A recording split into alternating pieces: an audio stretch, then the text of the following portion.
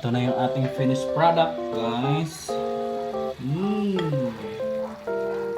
Dahan-dahan kayo mag-itlog. Baka matapon kayo. Okay, so wala pa rin siyang sabaw. Natuyuan. Ayan, ayan. Ayan.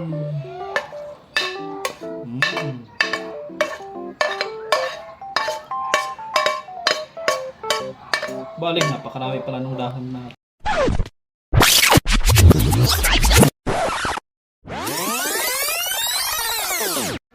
Sup guys, so ngayon po ay magluluto na naman tayo ng lunch.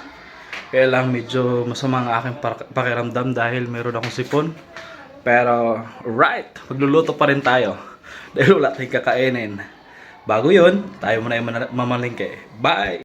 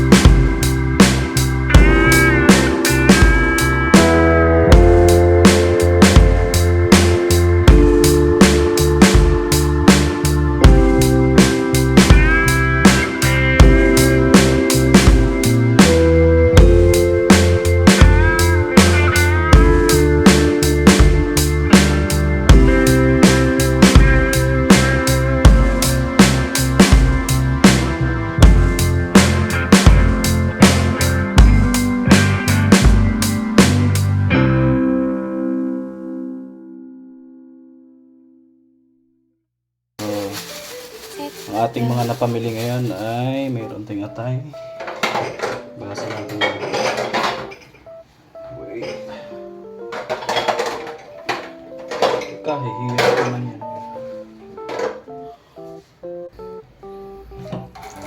Basa natin.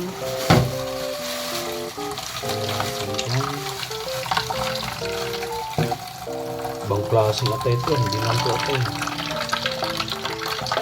Lamang-lamang ito dito. Taba ng manok.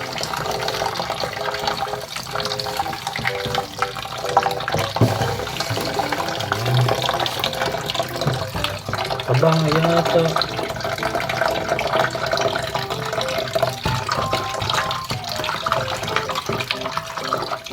Marami-rami rin. Halagang 100 lang to guys.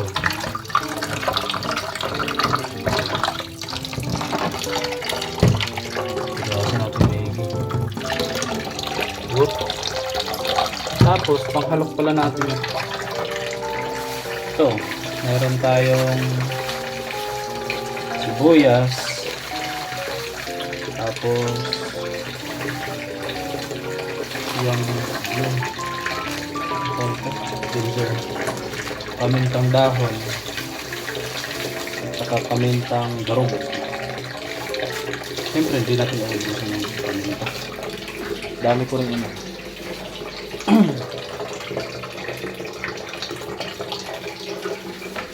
Lagyan na lang natin ito dito. Alright.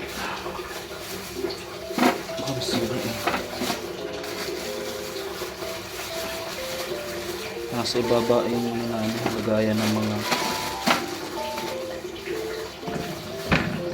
panakot.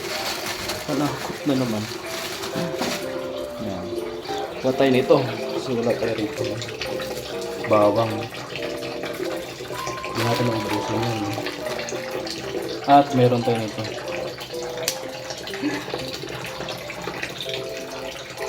Tapos meron din tayong tuyo. Ayan.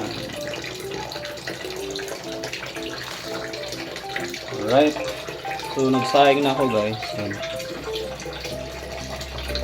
Gusto ko lalagyan din natin ng log. Yung ating adobo. Kaya lulutuin natin yung ating log sa sinaing na lang.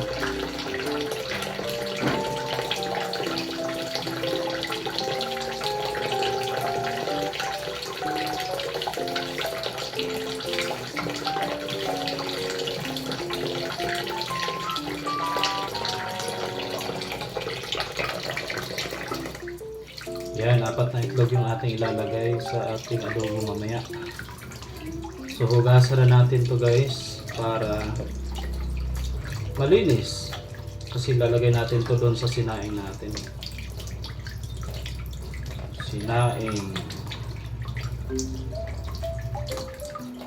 Itong itlog naman natin ay tig 750 ang isa. Nabili ko to kahapon. Alright. So, let's go. Lagyan natin. Aba, kumukulo na yung ano natin, oh. Sana maluto pa to. Ito. Ayan guys, tingnan nyo yan. Kumukulo na. Pag hindi siya maluto, lulutuin natin siya dito. Alright. So, first thing first, kailangan natin hiwain itong mga to. Yan. Yan. Hiwa tayo ng hiwaan. Hiwaan namin. Dambuhala naman to. Ito. Napakalaki.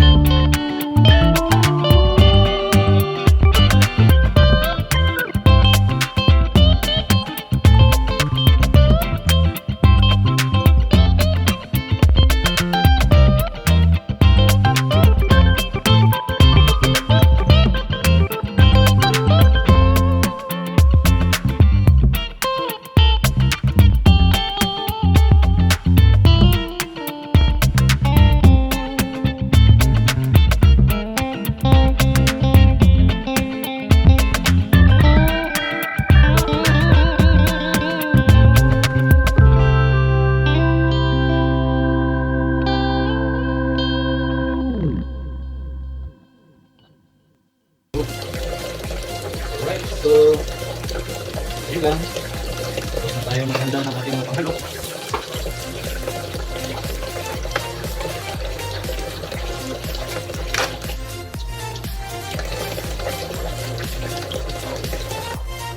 Alright.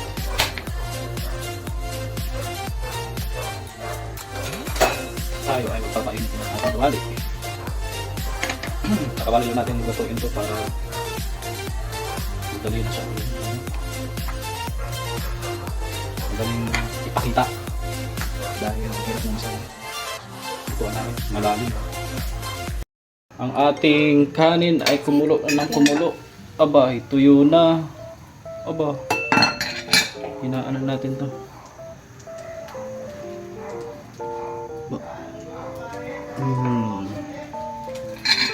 Luto na rin naman siguro yung ano. Ba! Apat yun na. Nasaan yung isang ano? Nawala yung isang ano. Ito pala. Saan yan? Isang itlog wala. Okay.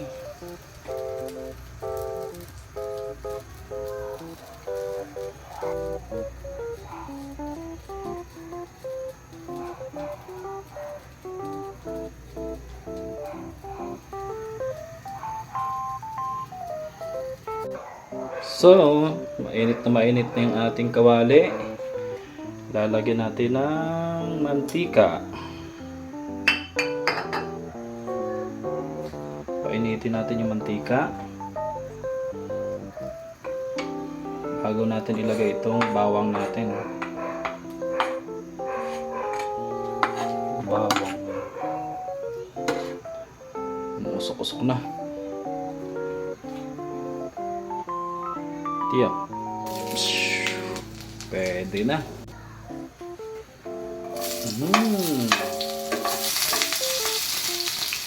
Bango yan.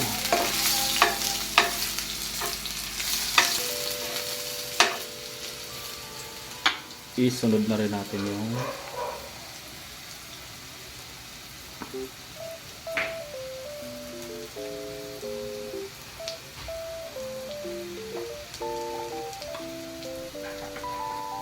ating atay. Atay. Balik sa usok.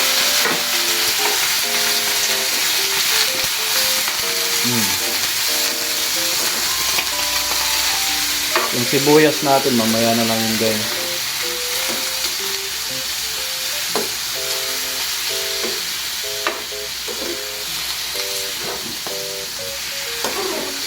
Kung mapapansin ninyo, ang hilig ko magbisa nitong nitong aking niluluto. So yung iba, gumagawa na lang sila ng inuuna nila yung toyo bago nila ilalagay ito. Hindi tayo expert ginawa ko ganito, ginisang.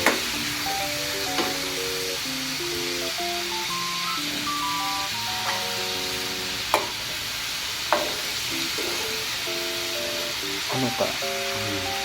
Yan! Napakasarap nito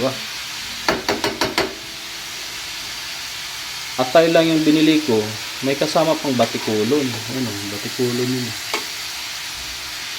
At ito, batikulon rin. Pero okay lang, sarap yan. Alam nyo ba dati, pinag-aagawan pa namin yan. Kasi pag kinakain siya, parang crunchy. May tunog. Sa probinsya, yan pinag-aagawa namin. Tapos, sinasabi pa ng namin dati, mga nakakatanda sa amin, bawal daw kumain yung mga hindi pa tuli nitong batikulon kasi ang hirap daw tuliin kapag maging makunat daw yung ari ng lalaki. Bali, ano kayang koneksyon? Hindi, sunod lang din kami ng sunod. Kaya nung hindi pa kami tuloy, hindi kami nakakain. Naglalaway ang kalalabasan. Alright. So, lalagyan natin siya ng tuyo. Hindi lang muna. At lalagyan rin natin siya ng suka. Suka namin guys, may ganito, bawang. May timpla. Okay. Dami suka para di mapaanis.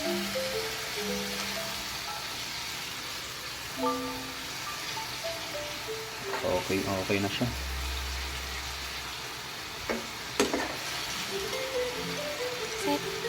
Kulong-kulo.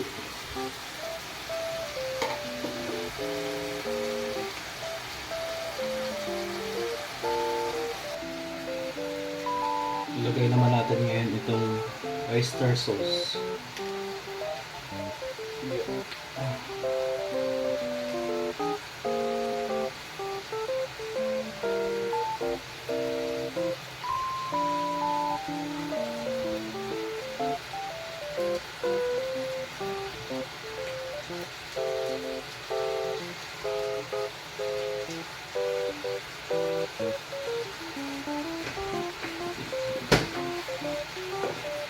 Kaya kung lalagyan ng ganito guys, para yung sabaw ay lapot na lapot.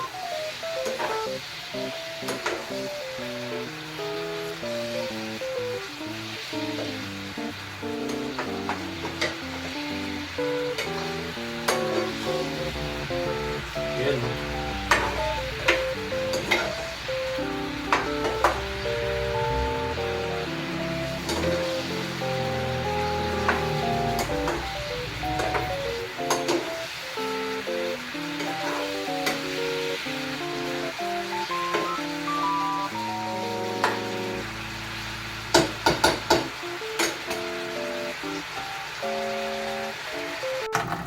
Ngayon naman guys, kukunin natin yung ating itlog rito.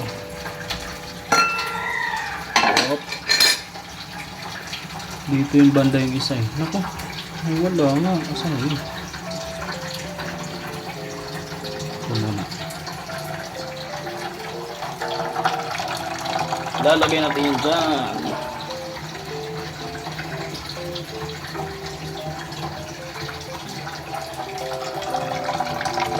Aba!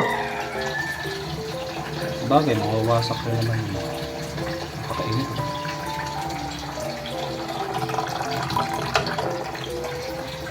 Yung isang nawala. Ayun! Magbubungkal nga naman. Luto ka na kaya, bay? Maluto ka na, bay?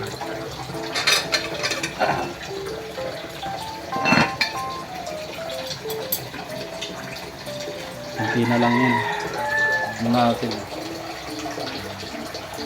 Ating adobo. Nilagyan ko ng konting tubig para may masabaw-sabaw tayo mamaya. At para mapakuluan pa natin ng husto yung ating ano. Kasi yung batikulon napakatigas niyan. Pag hindi natin yung pinakuluan ng husto, ba? Hindi mo na makakagat yun. Okay, so ito ay ating tatanggalan ng balat. Kasi kung hindi natin tanggalan yan ng balat, paano kainin yun? Itong balat nito guys, nakakatulong daw to sa pag-fertilize sa mga halaman. Kaya doon sa probinsya, kinukuha na to ng mga auntie namin. Ilalagay nila doon sa mga bulaklak, sa mga paso. Kaya ang tataba ng mga ano doon,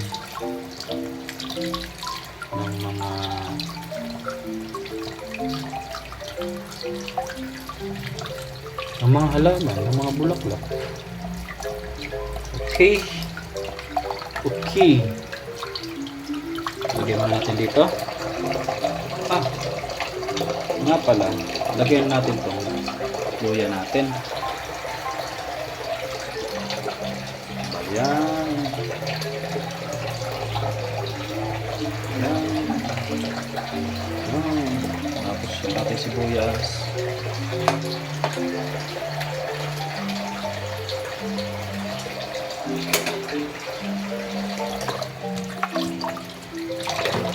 Wait lang. Sibuyas pa natin. Dapat mamaya na to eh. Design na lang yan. Pero walang design sa atin. Kailangan maluto yan.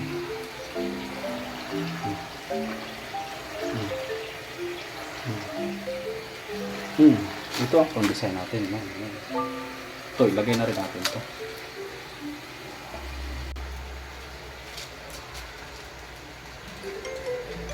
Set, go.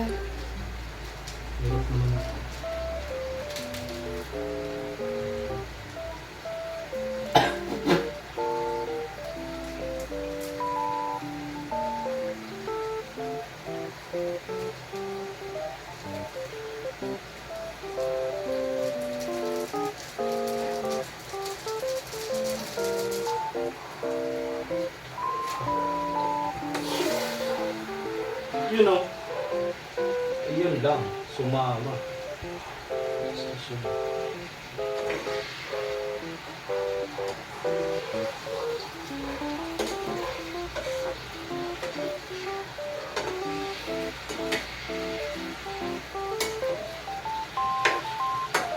Bango naman ito.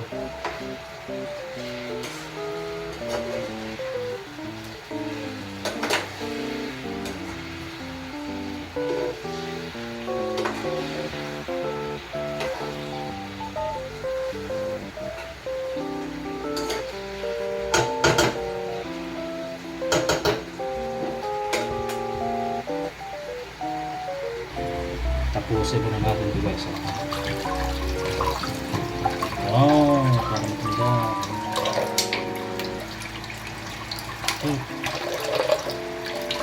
Aba, tigas na. Okay, tamang-tama pala yung pagkaluto ng itlog natin kanina. Kahit na late na natin siya nailagay, naluto pa rin. Aba, yun lang. Ito. Okay na naman pala. Ayan. Ayan.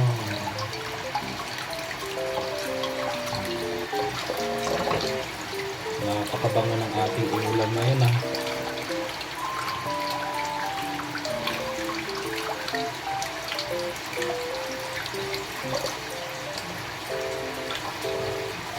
Alright. Tapos. Ito na yung ating adobo guys. Suabe. Napakasarap. Bo.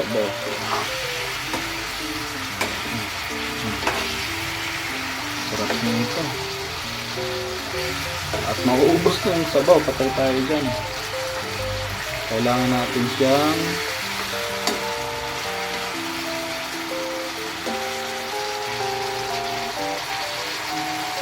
malambot na kayo asa na yung batikulo nito. Ito yun. Magnuya tayo ng gusto niya. Dapat pala pinakuluan ko muna yan. Itlog natin guys, lagayin natin. Yan. Tapos, lagay nito. Parang nasa kagubatan.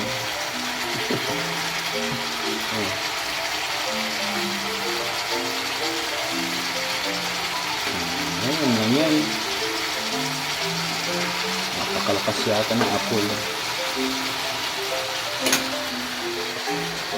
Yun. Kaya ubos ka agad yung tubig natin. Ganyan na lang.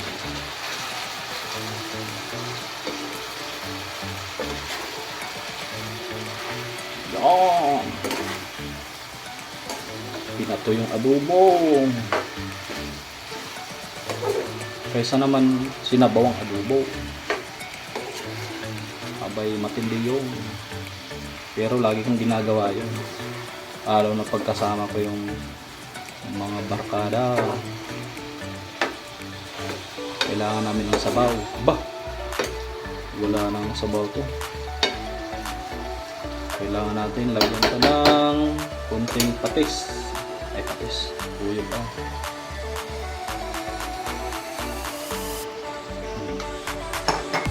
At konting tubig. Yun guys, nilagyan ko ulit ng konting tubig para magkasabaw-sabaw naman kahit papaano. Napakabango naman itong dahon na ito.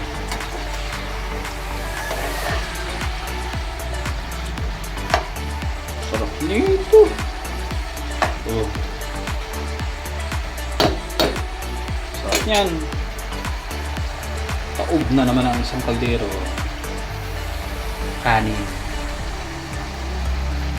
So, right. Mamaya konti. Lalagay natin siya doon sa ating mangkok.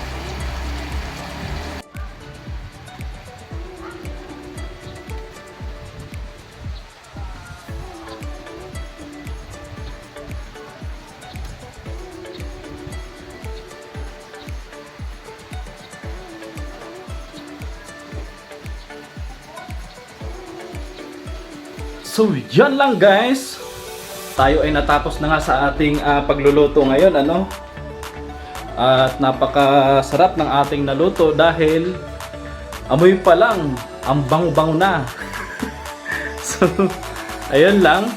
Binabati ko nga pala yung aking mga kapatid dyan sa nasa Taiwan, yung aking sister, Marvy. Hi Marvy! Shout out sa aking kapatid na nag-iisang babae lang. Mag-iingat ka dyan palagi. Okay? So, bye!